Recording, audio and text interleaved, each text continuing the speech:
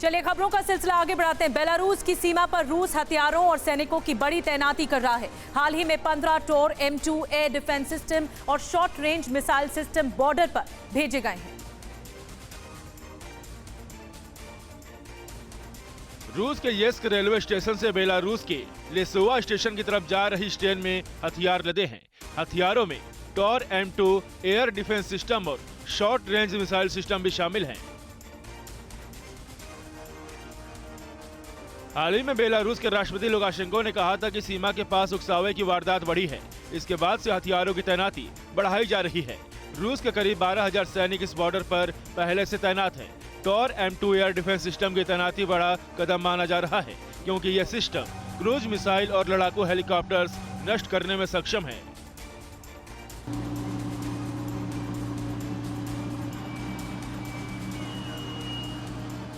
Belarus की territory को रूस ने अपने हथियारों और इंजीनियरिंग उपकरणों का डंपिंग ग्राउंड बना लिया है। आने वाले दिनों में यूक्रेन के लिए इस सीमा से परेशानी बढ़ सकती है।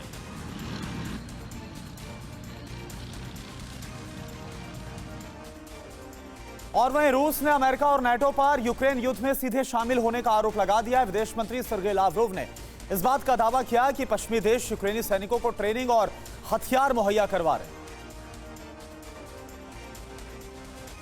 यूक्रेन के बिजली संयंत्र और अन्य अहम इंफ्रास्ट्रक्चर रूस के टारगेट पर हैं। पिछले दिनों रूस ने ऐसी जगहों को तहस नहस कर दिया, जिससे यूक्रेन के लोग भारी परेशानी में हैं। रूस के विदेश मंत्री सर्गेई लावरोव ने इस बात का खुलासा किया कि ऐसा क्यों किया गया। रूसी मिसाइलों के हमलों की मंशा ऊर्जा के स्रोतों को नष्ट करना था, जिससे पश्चिम देशों और अमेरिका के हथियारों को यूक्रेन पहुंचने से रोका जा सके, जो रूसियों की हत्या के लिए भेजे जा रहे हैं। लावरोव ने ऑनलाइन संवाददाता सम्मेलन में कहा कि अमेरिका और नाटो इस युद्ध में सीधे तौर पर भाग ले रहे हैं। अमेरिका और पश्चिम देश केवल हथियारों की आपूर्ति ही नहीं कर रहे, बल्कि उनके सैनिकों को प्रशिक्षित भी कर रहे हैं। आप उनके सैनिकों को अपनी जमीन पर प्रशिक्षित कर रहे हो। ब्रिटेन, जर्मनी, इटली और अन्य देशों की जमीन पर उन्हें प्रशिक्षित किया जा रहा है। रूसी विदेश मंत्री ने कहा कि यूरोप के सुरक्षा घेरा की चुनौतियों से निपटने के लिए रूस और बेलारूस मिलकर काम कर रहे हैं।